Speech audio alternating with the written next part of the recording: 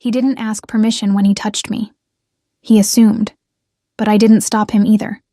Not when his breath hit my collarbone. Not when his hand slid beneath silk like it belonged there. Because the real mistake wasn't touching me. It was thinking he started it. I led him to that bed. I let him believe it was his idea. And by the time he figured it out, he was already mine. Liked that? Then you already know what to do. Tap like. Subscribe. Stay close.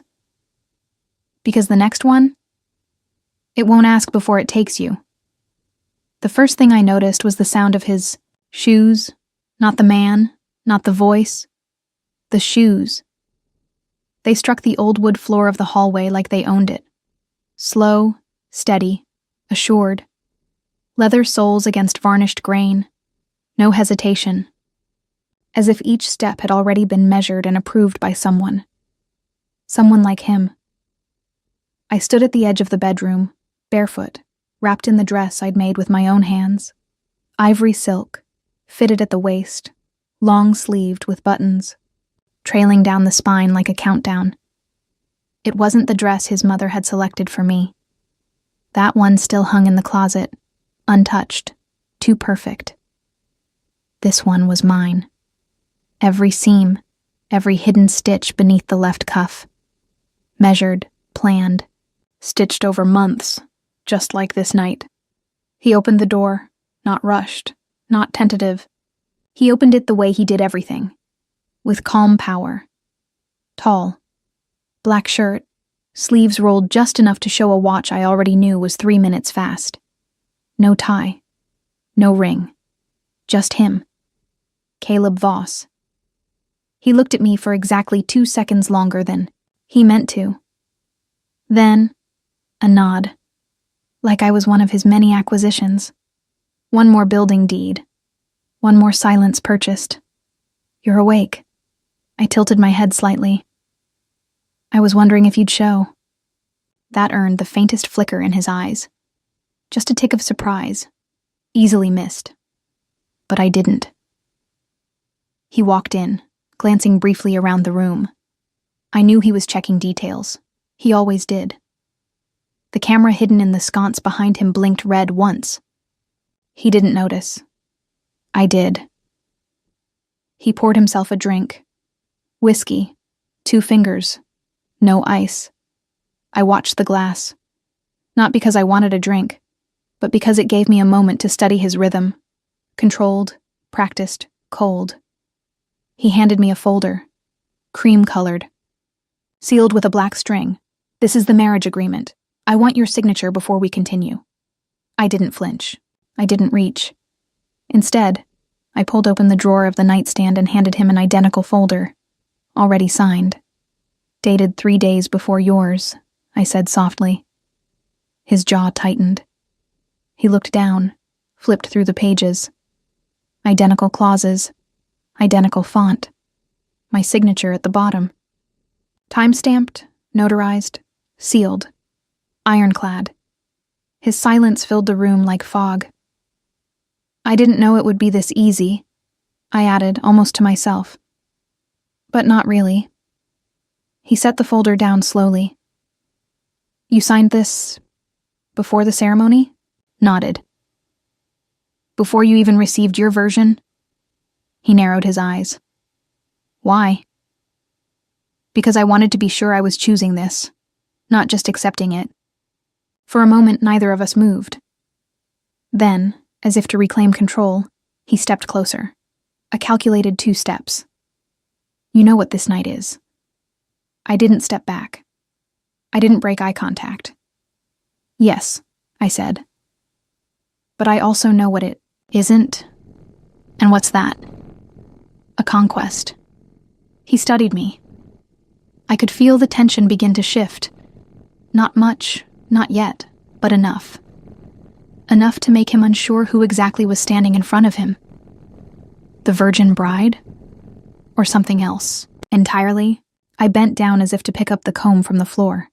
The one I'd let drop earlier, carefully placed to fall near the edge of the rug where it would make just enough sound. He didn't move, but I saw his hand twitch. Watching me. Not the comb. Me. Stood slowly and walked past him, close enough that the hem of my dress brushed his leg. Close enough for him to smell the faint jasmine I dabbed behind my ear, the one scent he associated with his late wife. No one had told me that, but I'd read the interview transcript. From 2 years ago. Page 4. "Why jasmine?" I heard him ask. "It settles the air," I replied, without turning. I could feel him watching me, not with desire, not yet, but with something more, dangerous. Doubt. I sat at the edge of the bed, letting the silence settle. Then, softly, "Do you think I'm afraid of you?" His voice was even. "Should you be?" I smiled, not sweetly. "Only if you think power works the same on everyone." He stayed standing, glass in hand, watching me like a wolf circling what it thought was prey, not realizing it had wandered into a trap made of mirrors. "I thought you were," he began. "Innocent?" I finished. He didn't answer. I stood, again slowly, and leaned in, close enough for him to feel my breath on his collarbone. "Let's be clear, Mr. Voss. You may own this house, but I own what happens in this room." He didn't move, didn't speak, not because he didn't want to, because he was still calculating, trying to find the move he missed. That's how it begins, isn't it? Not with fireworks, not with romance, not with rings or kisses, but with the sound of shoes on polished wood and the realization that the person you thought you owned was already watching you lose. The morning after our wedding, I made coffee like it was any other day. There was something sacred in the routine, in the clink of porcelain, the scent of roasted beans, the slight hiss of the kettle. I moved slowly, deliberately. Caleb wasn't awake yet, or if he was, he hadn't made a sound. Good. Men like him don't like waking up surprised. They like waking up in charge. But today, the rhythm was mine. I wore white again. Not the wedding dress, not even silk, just cotton, loose, comfortable, but still white, still deliberate. White draws attention, but it also deceives. It tells people you're clean, untouched, harmless. Exactly what I needed him to keep thinking, for now. He walked in around 7:10, barefoot, in slate gray pajama pants and a white shirt still creased from the packaging. Looked like a man trying not to look like himself. And failing. "You're up early," he said, voice scratchy. I didn't turn. Old habits. "You always dress like that for breakfast." Now I turned. "Do you always question the color of your wife's clothes?" He paused. Only for a second. But I counted. 1, 2. No. But I do question things that feel too calculated. "That must make your life very complicated." A faint smile curved his lips, but not the kind that meant he was winning. We sat across from each other at the long table that could seat 14. Neither of us touched the center, the empty stretch of polished wood between us like a diplomatic no-man's land. He watched me eat. I let him. Then, without warning, I dropped my fork. It clattered against the tile. Loud, sharp, deliberate. I bent down to pick it up, letting my hair fall forward, my dress shift slightly, revealing the curve of my shoulder. Subtle. Almost. Accidental. Almost. I caught his eyes on me when I rose. "Clumsy," I said softly. "That was strategic," he replied. "Ah, so he noticed. Good." Later I wandered into his office. On paper, by mistake. In truth, by timing. He wasn't there. The door had been unlocked. I'd calculated that part too. I moved quickly. Nothing invasive, just a walk past the shelves, a glance at the digital lock on his filing cabinet. 3 numbers. Grease smudges on the 4, 6, and 9. Interesting. I turned toward the window, letting my reflection fall across the glass just as I heard footsteps approach. I stayed still. Let him catch me. "You're in the wrong room," Caleb's voice said behind me. I turned slowly, blinking as if startled. "Am I? This is my office." I saw the door open. I didn't mean to intrude. He didn't believe me. I didn't care. He was searching my face now, the way a man searches a riddle for the part he missed. "You're different this morning," he said. "Am I allowed to be? You were quieter yesterday, and you were more sure of yourself." The silence cracked, only for a second. I stepped past him to leave, brushing his arm lightly as I passed, enough to feel the tension in his muscles, the question forming behind his silence. "What do you want, Lily?" I stopped in the hallway. Didn't turn.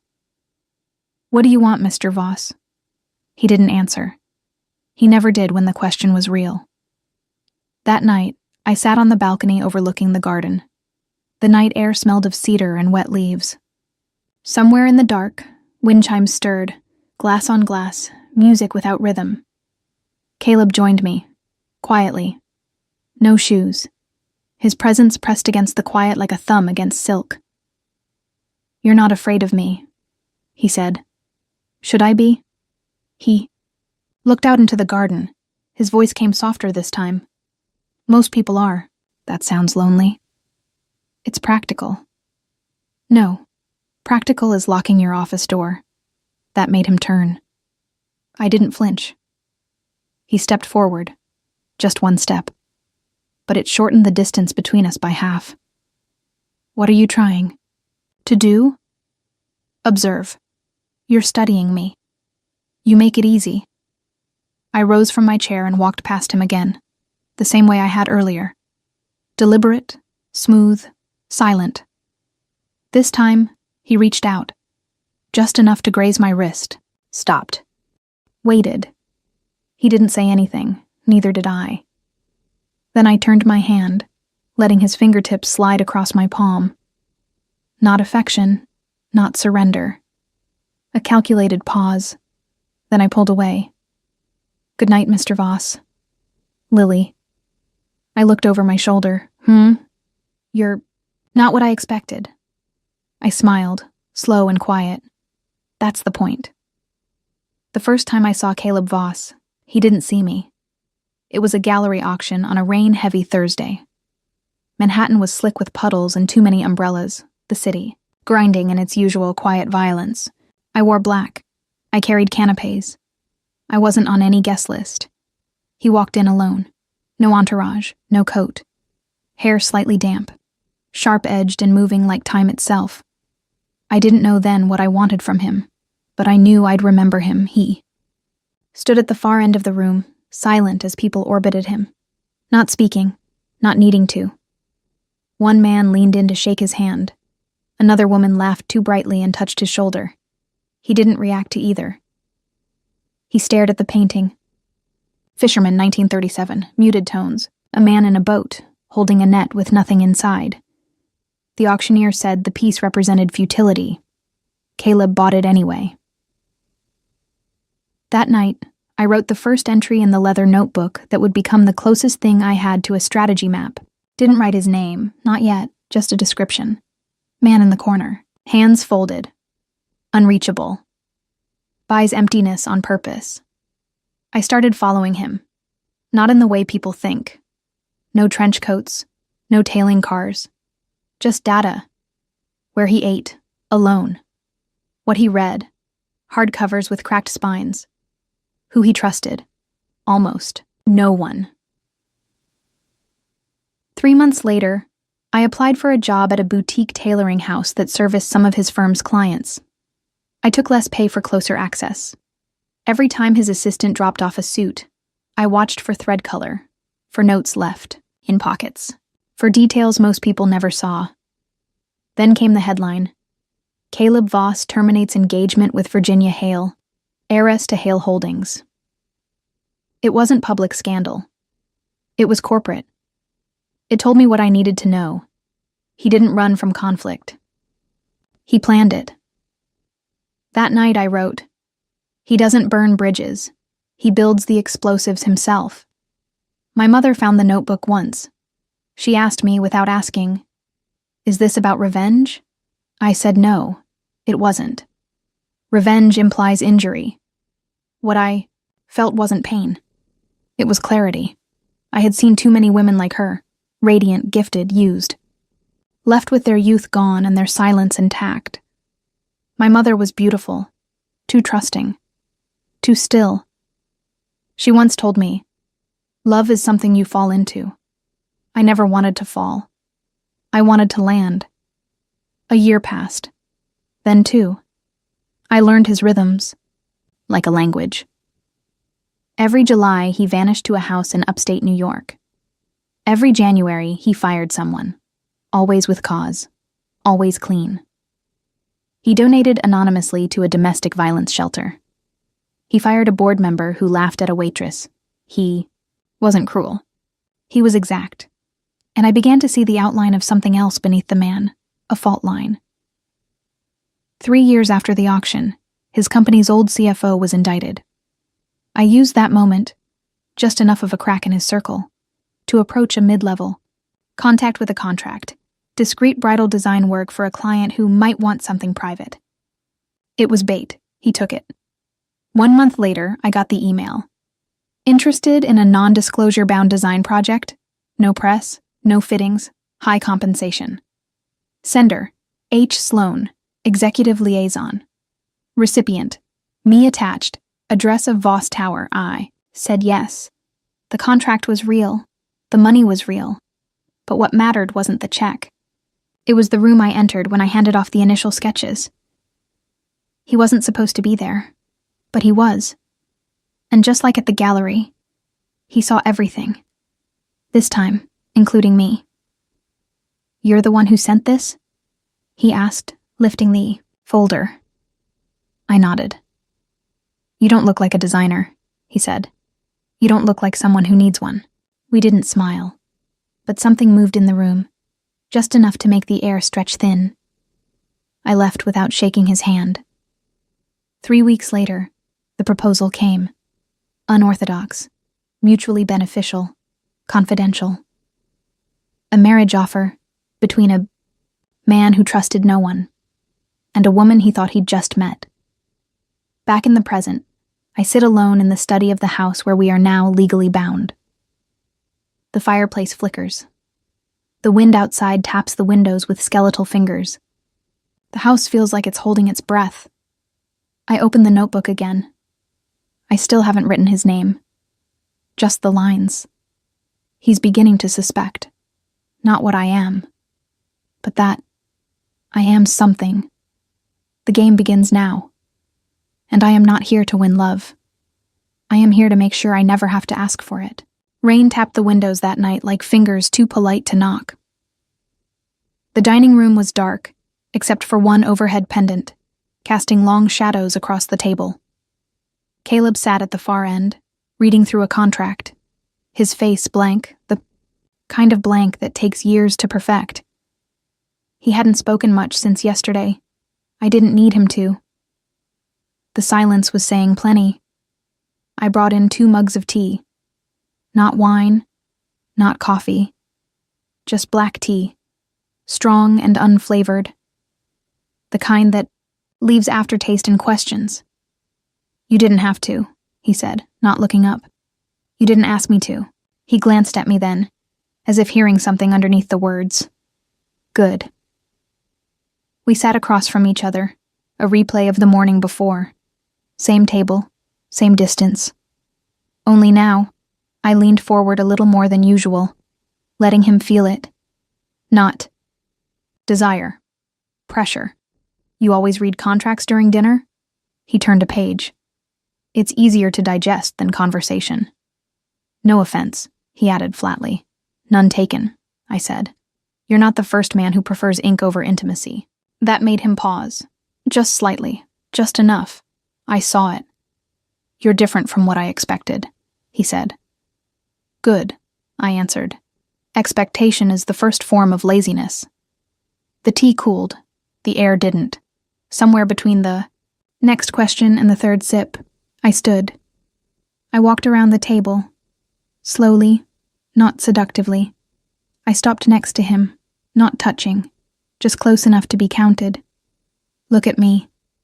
He did. Not instantly, not obediently, but eventually. And when he did, I saw the same man I saw 3 years ago in that gallery, composed, sharp, entirely alone. So I kissed him, not with affection, not with flirtation, not even curiosity. It was surgical. 3 seconds, just enough pressure, just enough breath. A controlled collision, not lips to lips, but strategy to instinct. Then I pulled back. He didn't move. Didn't blink. I smiled. Now you're wondering what that meant. What did it mean? He asked. It means I've already counted how many ways you're trying not to touch me. That time his breath changed, just slightly. I walked away, back to my side of the table. Sat, sipped. He stared. Was that a game? He asked. No, I said. That was a statement. And what was the message? I looked at him across the flickering table light. That if I ever decide to take you apart, I won't need to raise my voice. He stood then, slowly. His chair scraped the floor like a warning. He walked toward me. Not fast, not threatening, but direct. My pulse didn't change, but I let my hand tremble as I lifted the tea. Slightly. Just enough for him to notice. To think I was nervous, fragile, overwhelmed. You're not afraid, he said. I never said I was. But you want me to think you are? I smiled. Just one corner of my mouth. No. I want you to wonder if I am. That was the moment it shifted. He knew something was off, but he didn't know where the imbalance lived. Was it in the kiss? The silence? The way I never quite looked away when he tried to intimidate me? That's the worst kind of uncertainty, the kind that makes a man like Caleb ask questions instead of give orders. He turned and left the room without another word, but I knew what he would do next. He would replay the kiss, over and over, not for the pleasure, but for the failure to categorize it. Later that night, I stood at the hallway mirror brushing my hair, counting to 60 slowly as I watched the reflection behind me, empty. At second 37, I heard his footsteps. He didn't pause this time. He walked past, silent. But I felt the weight of his stare burn across my back. When I returned to the bedroom, a note lay on the nightstand. Not handwritten, typed, businesslike. The terms of our agreement remain unchanged. No physical obligations unless mutually initiated. That kiss does not qualify as mutual. I smiled as I folded the paper. Because he was wrong. That kiss qualified as declaration. I opened my notebook, flipped to a fresh page. No name. Just the line. He tasted like restraint. But his silence tasted like surrender. The rain returned that night, heavier, angrier. It clawed the windows like it wanted in, but the house stayed warm. Still, waiting. I waited too. I lit a single lamp near the bed. Dim, amber. The kind that blurs the edges of everything, even truth. The silk robe I wore was pale gray. No lace. No games. Just fabric that whispered over skin. I knew the layout of the room by now. Every creaking board, every inch of carpet. And more importantly, I knew what he expected to find when he walked in. Obedience. Nervousness. Maybe desire. If he was lucky, he wouldn't get any of that, not tonight. He entered around 10:43 p.m. I heard his steps before I saw him. Slower than usual. His shirt was undone at the collar. His sleeves were rolled. Rain still clung to the ends of his hair. "You're awake," he said. "So are you." He looked at the bed, then back at me. "You're not under the covers." "I'm not cold." He hesitated. The first crack. Then he stepped inside, closing the door behind him like someone sealing a room off from air. He stood there, silent, waiting for me to flinch. Instead, I moved toward him. 1 step. 2. Barefoot, silent. I reached up, touched the front of his shirt, and began unfastening the buttons. 1, 2, 3. I felt his chest tighten under my fingers, but he didn't stop me. "This isn't what we agreed," he said. "No," I whispered. "It's what I've decided." That threw him. Good. Because every part of him had lived in that contract.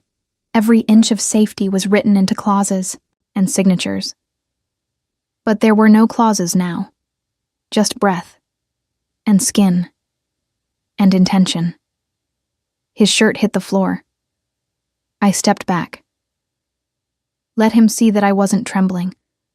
Let him feel how still I could be. Even here. Even now. Then I undid my robe. Slowly. Let it slide off my shoulders. Not with seduction, with precision. The way you undress a blade. He stepped forward then. Slowly. Like a man walking into water he doesn't trust.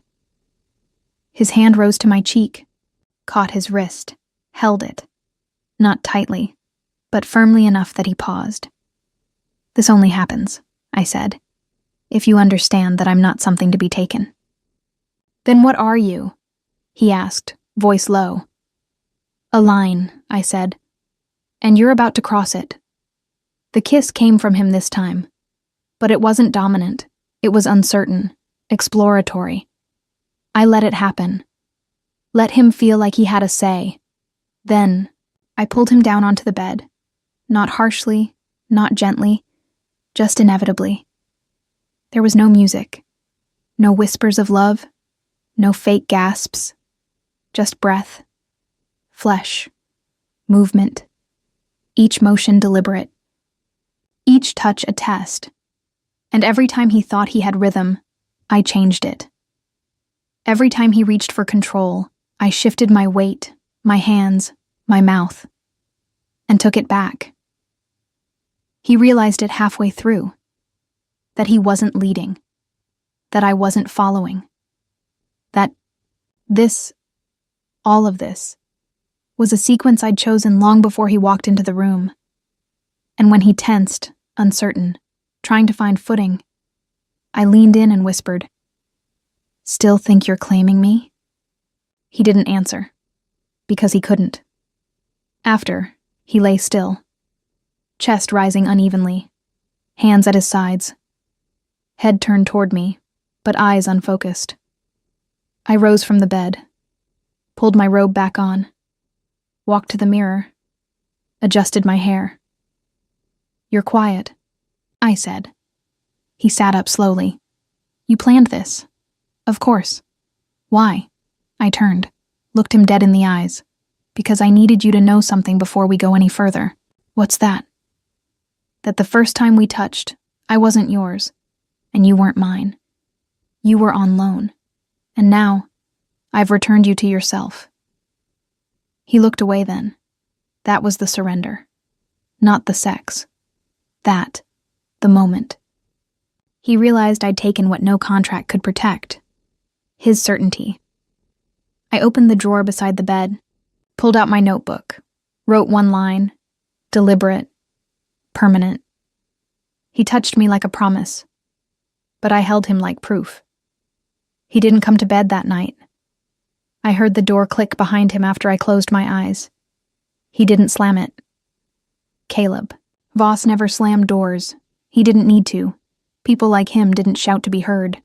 They withdrew, and the silence did the punishing for them. But this time, the silence punished him. At 3:08 a.m., I woke to the sound of footsteps in the hallway, slower than usual. Barefoot, uncertain. I didn't move. I knew where he was going, There were only two things I had ever left visible in the entire house: my dress form and the drawer I hadn't locked. He found the notebook before dawn. I imagined the moment, his fingers brushing over the worn leather cover, flipping it open, expecting poetry or maybe a grocery list. Instead, 4 years of recorded behavior. Meeting locations, timestamps, emotional responses, notes on his voice when he was tired, his tells when he lied, his exact phrasing during negotiations, and how often he repeated keywords when nervous. He never knew he had tells. But I did. At 6:42 a.m., he entered the bedroom. His face was unreadable, but his sleeves were rolled. And Caleb never rolled his sleeves unless something inside him was unbuttoning too. He didn't hold the notebook like a weapon. He held it like something fragile that still cut. "You wrote about me," he said. "Yes. You watched me for years." I did. Why? I stood, not rushed, not defensive. I walked over to the window, let the morning light touch only the side of my face, because I needed to know how far men like you would go to feel powerful. He didn't speak for a long time. Then he asked quietly, "Was I ever not a target?" I turned then, not angry, not triumphant, just still. "You were never a target. You were a blueprint." "A blueprint for what?" "For everything I'd never let happen to me." He sat, not on the bed, on the floor. Not dramatically. Like his legs just didn't hold him up the way they used to. That was the moment. Not when he read the pages, not when he found the notes, but when he sat on the floor. That was the moment he knelt. And it wasn't for me. It wasn't submission. It was realization. "Did you ever actually want me?" he asked, voice thick. "Not at first." And now, I walked over, sat on the edge of the bed, looked down at him like someone looking into water, trying to gauge the depth.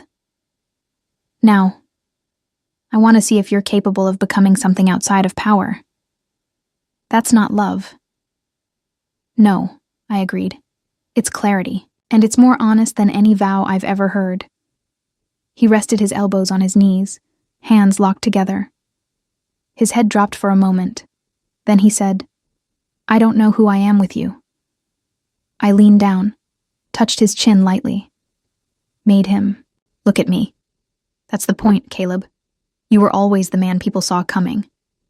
I want to see who you are when you don't arrive prepared." He stood slowly.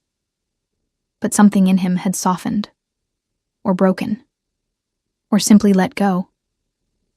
"You win?" he said quietly. "This wasn't a war." "It was." "Then why are you still here?" He looked at me. The first time he really looked, without calculation or edge. "Because even if I wasn't what you planned for, you've become the only thing I can't plan around."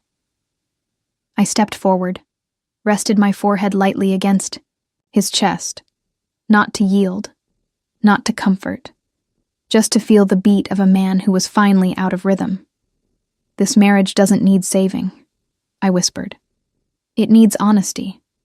And for once, neither of us is good at that." We stood there for a long time, two people with every wall exposed. Not in love, but dangerously close to whatever comes before it. Later, he left the notebook on my pillow. Untouched, unburned. I flipped to the back and wrote one last line. Not about him, about me. I didn't build a trap. I built a room with no exits, to see if he would stay. The sun broke through the curtains like it had no idea what we'd been through. It spilled gold across the hardwood floors, brushing the edge of the bed where I sat alone, knees pulled up, spine straight, robe tied like armor. Caleb wasn't in the room. He hadn't slept beside me. But the notebook was still there, on the pillow, exactly where he'd left it. Unburned, unmarked, unread beyond what he needed to see. Which meant one thing. He didn't want to win anymore. Downstairs, I heard sounds. Dishes being moved, cupboards opened and closed. For once, it wasn't the staff. I could tell. Caleb was making breakfast. Not well, not naturally, but he was trying. I stayed upstairs. Not to punish him. Not to test him. To see how long it would take for him to come find me. It took 26 minutes. I heard his steps outside the door before he knocked. Softly. Once. Like a question. "It's open," I called. He entered, holding 2 mismatched mugs. One had coffee, one had tea. He didn't know which I preferred. That mattered more than he realized. "I wasn't sure what you wanted," he said. "That's new for you." He didn't argue. He handed me both mugs. I took the tea. He sat, on the edge of the bed, close but not touching. I didn't read everything. I know. But I wanted to. I looked at him, steady. That's the difference between you and the man I thought you were. We sat in silence for a while, drinking. The tea was too strong. The coffee was too weak. But neither of us complained. Something about the discomfort felt earned. Later that afternoon, I found him in the library. The fire was low. The light was warm. He was on the couch reading, barefoot, in a t-shirt I'd never seen before, probably one he kept hidden under custom suits. I stood in the doorway longer than I needed to, then walked in and sat beside him. Not close, not far, just enough to feel the heat radiating from where his thigh rested against the cushion. He looked at me once, then back at the page. "You're quiet," he said. "You're not used to that? Not from you.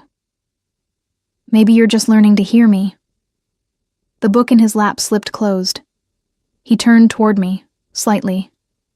Not fully. Enough. "I've been thinking," he said, "about control, about why I need it."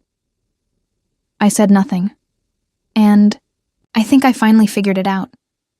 It's not because I'm afraid of losing. It's because I never trusted what happens after. After what? After someone sees me. He looked at me. Really looked. And this time, I didn't shift away. I let my body turn. I moved slowly, not dramatically. Not like a scene, but like gravity. I shifted until my head came to rest lightly against his shoulder. His arm didn't move. He didn't lean into it. He didn't pull away. He simply let me stay. I closed my eyes. Not because I was tired, but because the feeling of stillness was louder than I expected. "This doesn't mean I forgive you," I whispered. "For what?" "For making me feel like I had to be strategic in the first place." He nodded. I felt the movement against my temple.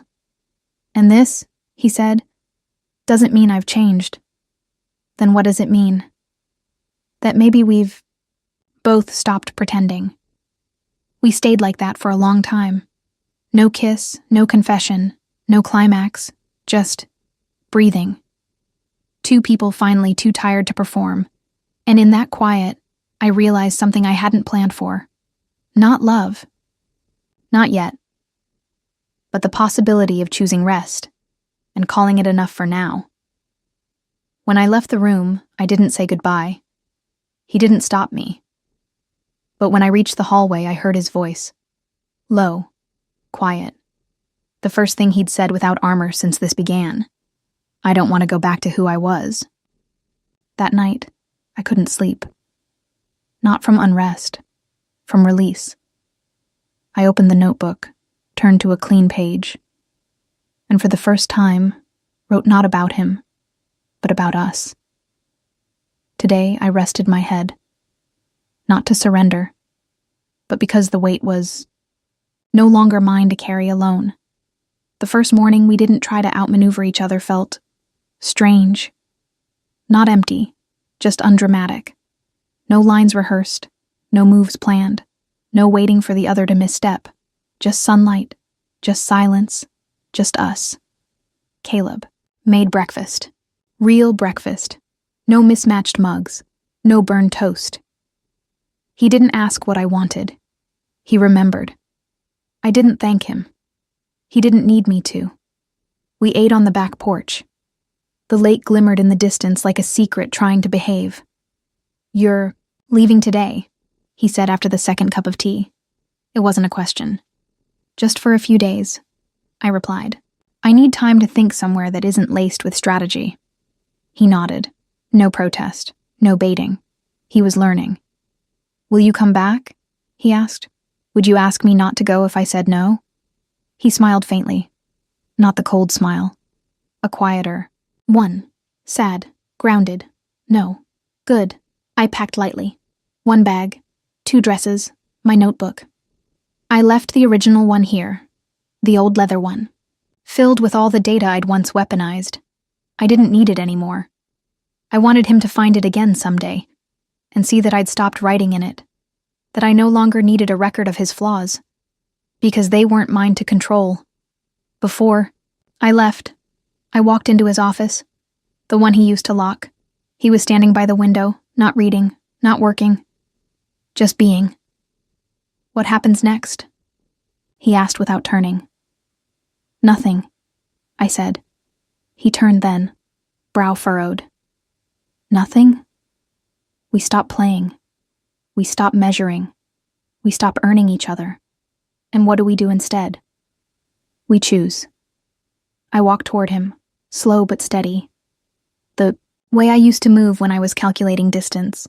Only now I was just covering space. When I reached him, I took his hand. He didn't grip mine. He let it rest, held, not owned. "You once told me I was the first person who made you unsure. You still are." "Good," I said. "Because that means you're here for me, not for the version of me you understand." He looked down at our hands. "I used to think love was leverage. I used to think love was a lie," I replied. We both smiled, not at each other, but at how far we'd come. Before I left, I gave him a square of fabric, linen, hand-stitched, the same ivory as the dress I'd made for our wedding. In one corner, I'd embroidered something, not my name, not his. Just this: "No one stays for power. They stay when there's nothing left to take." He read it, said nothing, but I saw his throat tighten. I didn't kiss him goodbye. That wasn't our rhythm. I just walked to the door, paused, and looked back. "You know I don't belong to you," I said. He nodded. "I'm just hoping you come back because you belong with me." I left. The car pulled away from the house and turned down the gravel road. I didn't cry. Didn't second guess.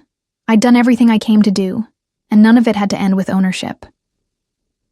A week passed. I didn't write, didn't plan, didn't observe. I rested. And somewhere in the stillness I realized the game was never between us. It had always been between who we thought we had to be and who we were becoming when no one was watching. I returned quietly. No message, no announcement.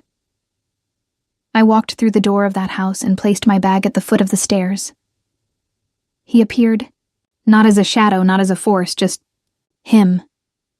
He didn't say anything. He walked to me, reached out, and touched my wrist with 2 fingers. A question, not a command. I slid my hand into his, not as a prize, as a partner. We didn't say "I love you." We didn't need to. Some things don't arrive in words. They arrive in the space where words used to be necessary.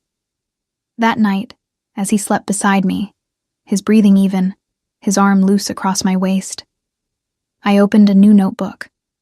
Not leather, not worn. Clean. New pages. The first line I wrote was not about him. It was about me. I was never the virgin bride. I was the only one playing. But I stayed, because he finally stopped trying to win me. If you felt something while reading, hit that like button. It tells me you were here. And if you want more stories like this, layered, slow burning, and just a little dangerous, subscribe and stay close. The next one might just find you before you're ready.